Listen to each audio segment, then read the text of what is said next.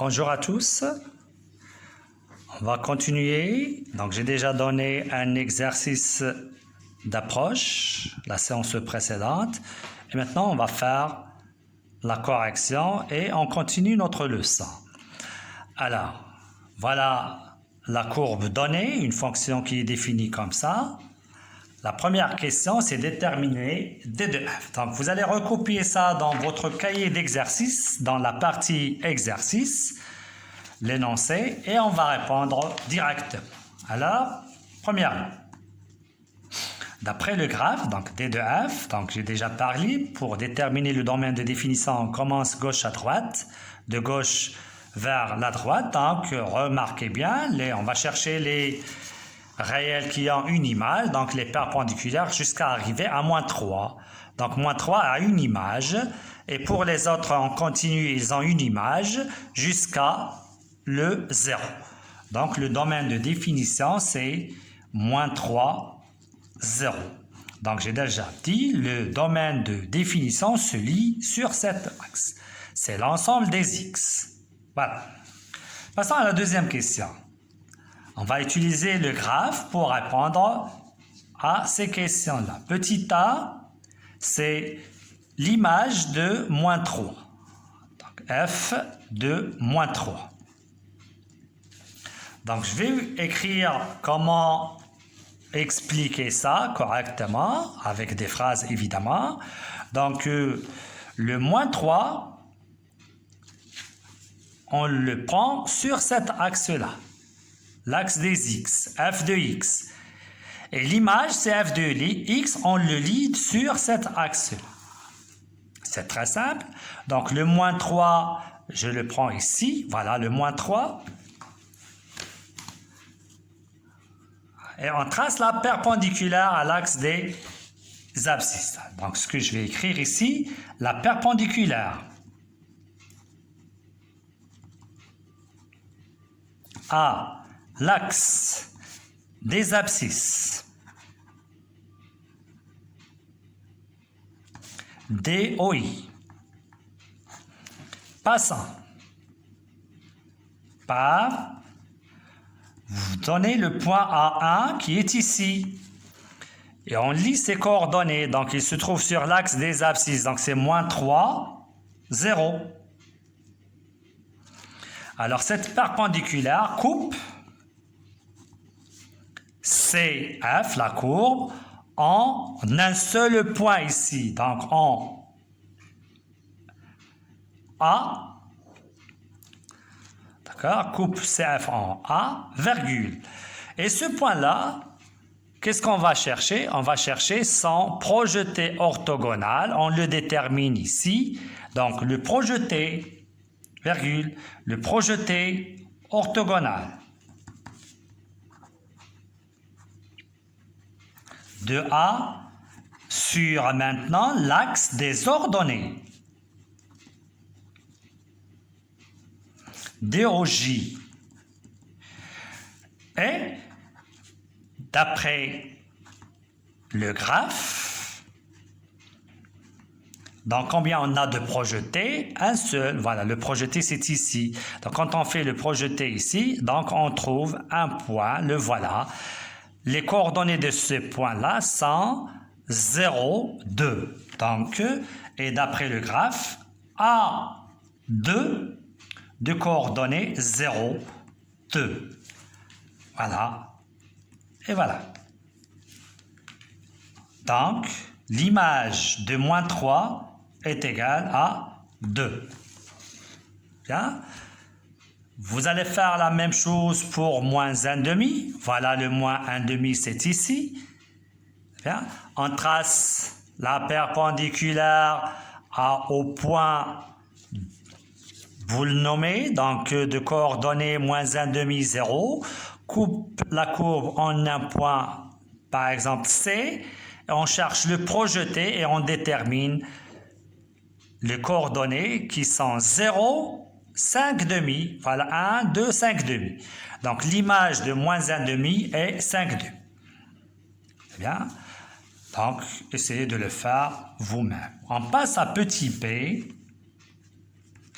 les antécédents de 5 demi par f s'il existe. Alors, l'axe des antécédents, c'est celui-là. Donc, on va faire la réciproque, ou bien l'inverse de ce qu'on a fait tout à l'heure. On va prendre le 5 demi ici, sur cet axe-là, et on fait l'intersection avec la courbe, sauf ici. Donc, soit on trouve un point, ou bien pas de point, ou bien 2 points, ou bien 3 points, ça dépend du graphe. Alors, cherchons l'antécédent de 5 demi, qu'est-ce qu'on va faire? C'est la même chose. Donc, cherchons les antécédents de 5 demi. Évidemment, s'il existe. On va faire la même chose, la perpendiculaire à l'axe des ordonnées. La perpendiculaire à l'axe des ordonnées DOJ passant par B, alors il se trouve sur cet axe-là, donc c'est 0,5 demi. Coupe CF en, vous allez dire ici, en combien de points? Donc voilà 5 demi. Donc vous voyez bien, si je prends la perpendiculaire, elle coupe en 2 points. D'accord? Vous allez dire en 2 points B et B'. Donc ça dépend, vous dites ça B, ça B', ou bien comme vous voulez. Donc nous, on veut le résultat. Alors, B et B', virgule, leur projetés orthogonaux sur l'axe des abscisses DOJ, voilà, sans, d'après le graphe, donc 2 points, donc on va prendre B2, ici s'il vous plaît c'est B1, B2 et B2'. Alors, il se trouve sur l'axe des abscisses, donc on a ici les zéros. Donc, on va déterminer les abscisses de ces points. Donc, regardez bien le premier, c'est ici, donc c'est moins 1,5, le voilà. Donc, on le lit, c'est moins 1,5. Et le deuxième point, c'est le voilà, c'est moins 2, c'est moins 5,5. Là.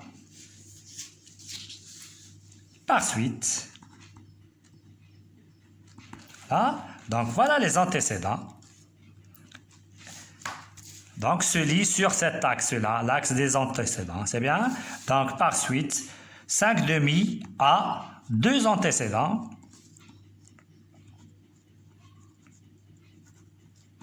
par F qui sont moins 1,5 et moins 5 demi. Voilà. Alors, remarque bien, si on prend, bon, voilà, on va passer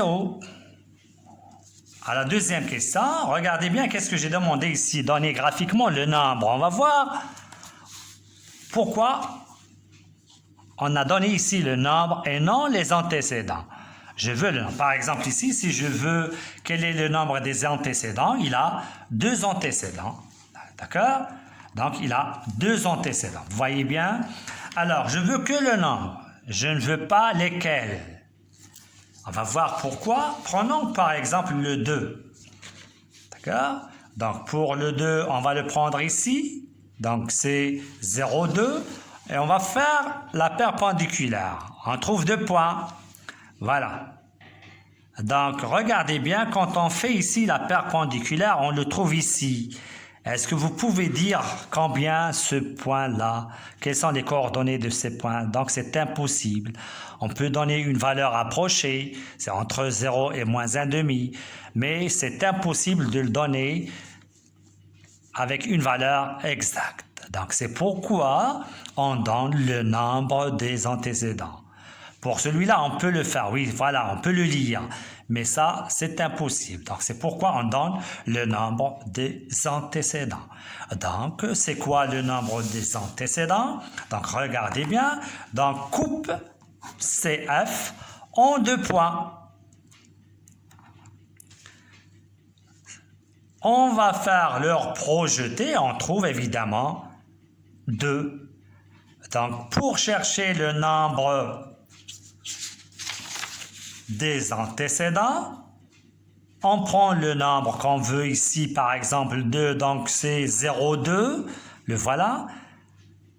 Et on trace la perpendiculaire et on va donner combien on a de points d'intersection entre cette parallèle, cette perpendiculaire à l'axe des ordonnées et la courbe. C'est très simple. Voilà. Donc, troisièmement, vous pouvez faire comme ça. NP, c'est très important. Le nombre des antécédents. Le nombre des antécédents de alpha par une fonction f, évidemment définie par son graphe,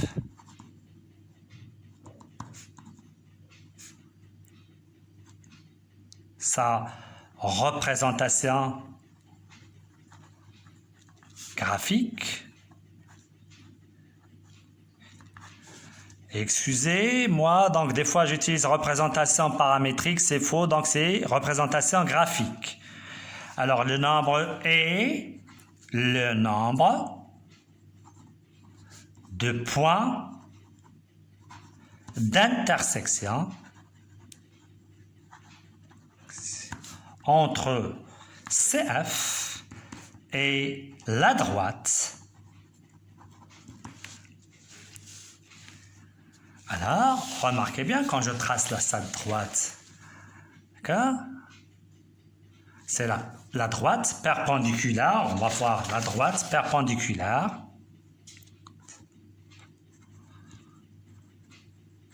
à DOJ qui passe par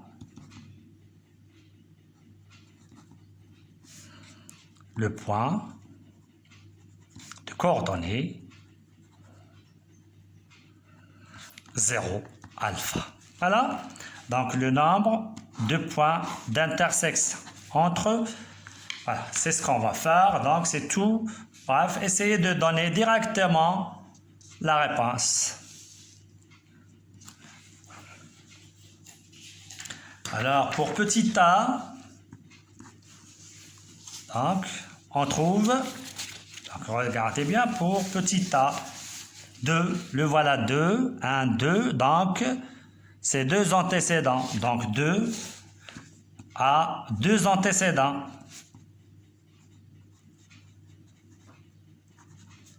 Par F. On ne dit pas quels sont ces antécédents, on veut le nombre. Passons à petit b. 4. Le 4, le voilà. 1, 2, 3 et 4. Le voilà. Donc, combien il a? Un antécédent. Donc, 4 a un antécédent. Par F. Petit c, parlons maintenant de moins 1. Moins 1 se trouve ici.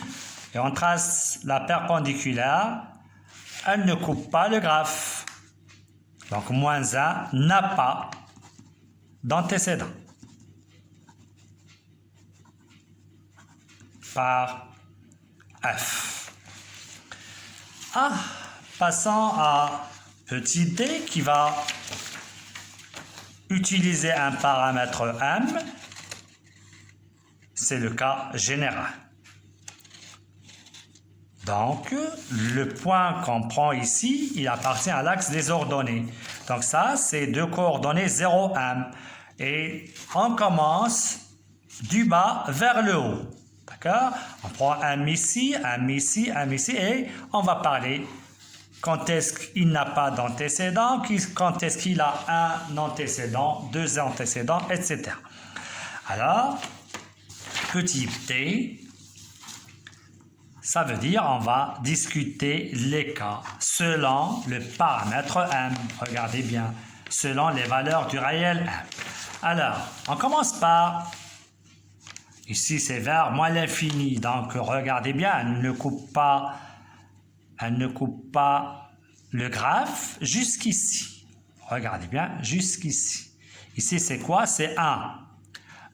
Donc pour le 1, pour ce point de coordonnées 0, 1, la parallèle ou bien la perpendiculaire à l'axe l'axe des ordonnées coupe le graphe en un seul point. Mais pour toutes ces valeurs-là, elle ne coupe pas.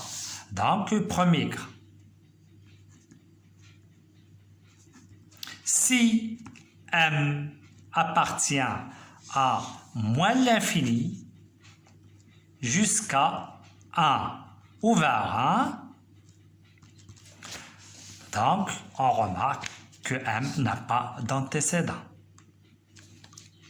Alors, M n'a pas d'antécédent par F. Je veux que le nombre d'antécédents. Passons au deuxième cas. Alors, pour le 1, regardez bien combien il a d'antécédents. 1. Pour cette valeur-là qui est supérieure juste après 1, c'est un antécédent. Jusqu'à ce point-là, on a deux valeurs. C'est quoi ça? C'est 2. Regardez bien. Donc, pour 2, on a deux valeurs, deux antécédents. Avant le 2, on a un antécédent. Donc, d'ici à ici, on a une valeur. Si M appartient à 1, maintenant 1 appartient à cet intervalle, puisqu'il a un antécédent, jusqu'à 2, hop, le 2 est exclu. Alors, M a un antécédent.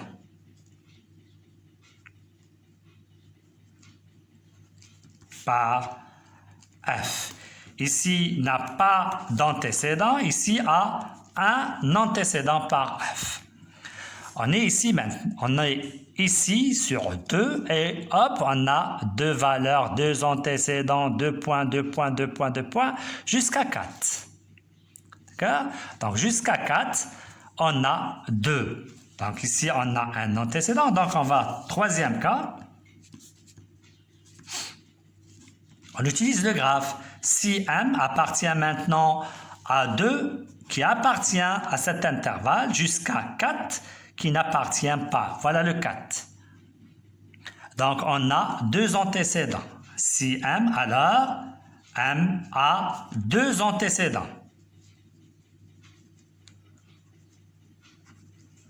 Par F. Donc, M a deux antécédents. Parlons maintenant ici, pour 4, on a une valeur, un antécédent. Donc, on peut l'ajouter ici dans la valeur à un antécédent. On peut faire ici union, le singleton, 4. Ou bien si M appartient ou M égale, c'est la même chose. Donc, on a une valeur. La voilà, on a un antécédent. On peut l'ajouter ici sans faire quatrième cas. Et pour les valeurs qui sont supérieures, on trouve qu'on n'a pas d'antécédent. Donc, on va l'ajouter ici, union, l'intervalle 4 plus l'infini. Donc, pour les valeurs 4 plus l'infini, on n'a pas d'antécédent. Donc, ça, c'est très important. Et on trouve dans plusieurs exercices, même en première bac, comme cette question, qu'on va la transformer à une autre question qui est la même chose. Alors, je vais la dire maintenant.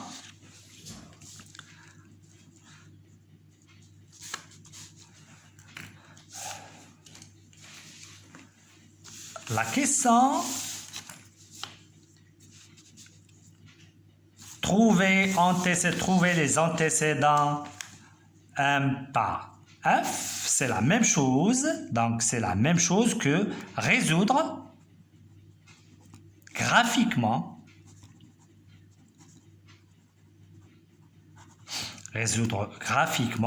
l'équation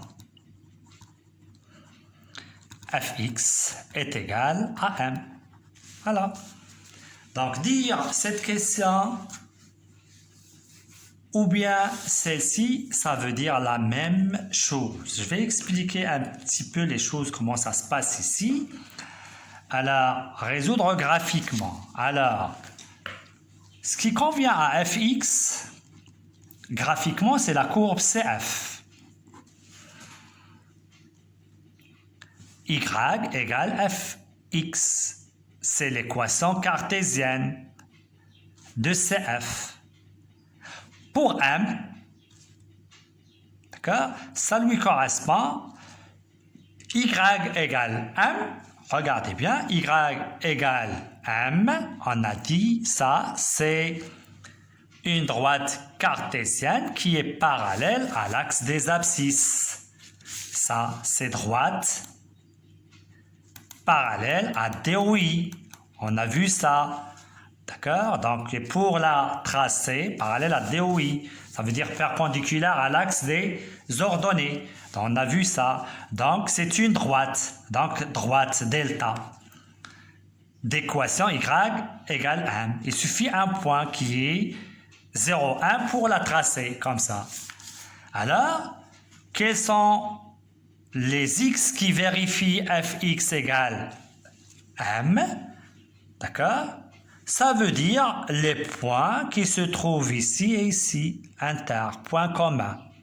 Vous voyez bien? Donc, on cherche X ici. Regardez bien. Et ça, il est composé par les points. Hop. Ici, c'est X. Et ici, c'est f de X, évidemment. Donc, il suffit de trouver les abscisses. Donc, c'est un tableau très important. Voilà. Donc, résoudre l'équation, c'est déterminer X. C'est quoi X? C'est les abscisses des points d'intersection entre CF et delta qui est droite d'équation Y égale 1. Pourquoi j'ai donné ça dans cette séance? Puisque par la suite, on va voir fx égale g de x. Et ça sera la même explication. Voilà. Donc, c'est tout ce qu'il y a. On passe maintenant à la quatrième question qui est très importante. C'est définir algébriquement f. On a ici f géométrique et on va la définir algébriquement. Alors, regardez bien ça. Le graphe, c'est un segment. On a parlé de ça. Puisqu'il est défini de moins 3 jusqu'à ici, moins 1. Donc, et une autre partie de moins 1 jusqu'à 0, c'est un segment. Donc, fx, cf, segment, l'explication, cf, segment, ça lui correspond une application, ou bien f, une fonction affine. Sur la partie où on a un segment, c'est bien. Et pour la fonction affine, on sait qu'elle s'écrit sous la forme ax plus b. Le a, c'est le coefficient de cette fonction affine. Alors, l'exercice qu'on a ici, c'est déterminer algébriquement cette écriture. On a deux parties, donc pour chaque partie, on va écrire f de x. On a un segment sur cet intervalle-là et le deuxième segment. Donc, on a deux méthodes pour déterminer f de x. Une méthode, c'est comme si vous avez,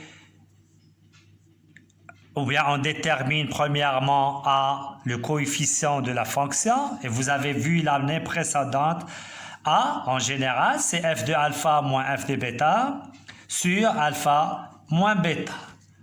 avec alpha et bêta, ont des images par f.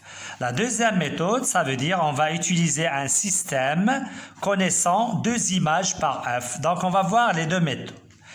Donc, prenons la première étape ici, c'est sur l'intervalle, moins 3, moins 1. Voilà. Donc, connaissons 2 images. Le premier, c'est moins 3 et moins 1, leur image.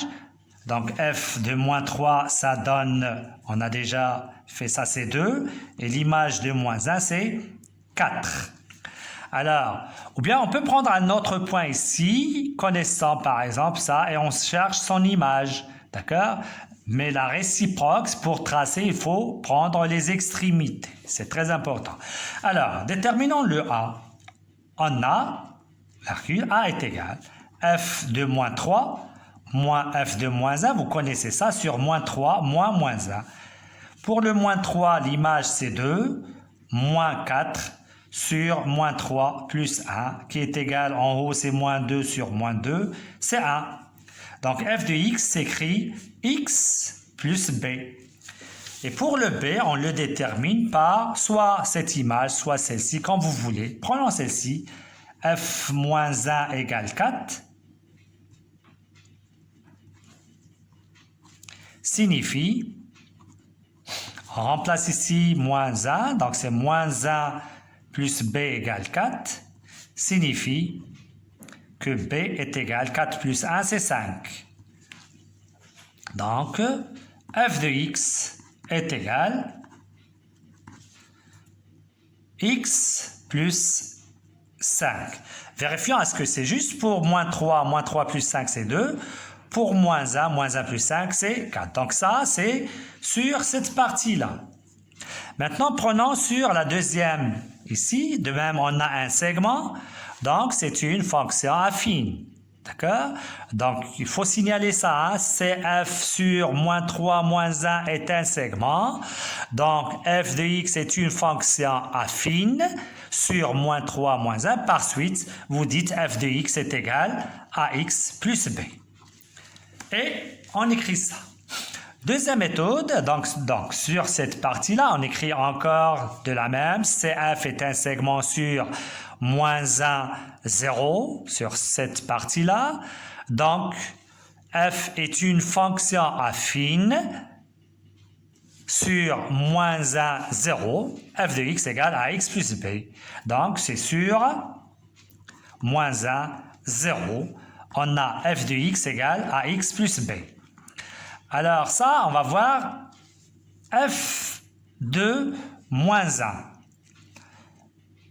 est égal et f de 0 est égal. Et on fait le système.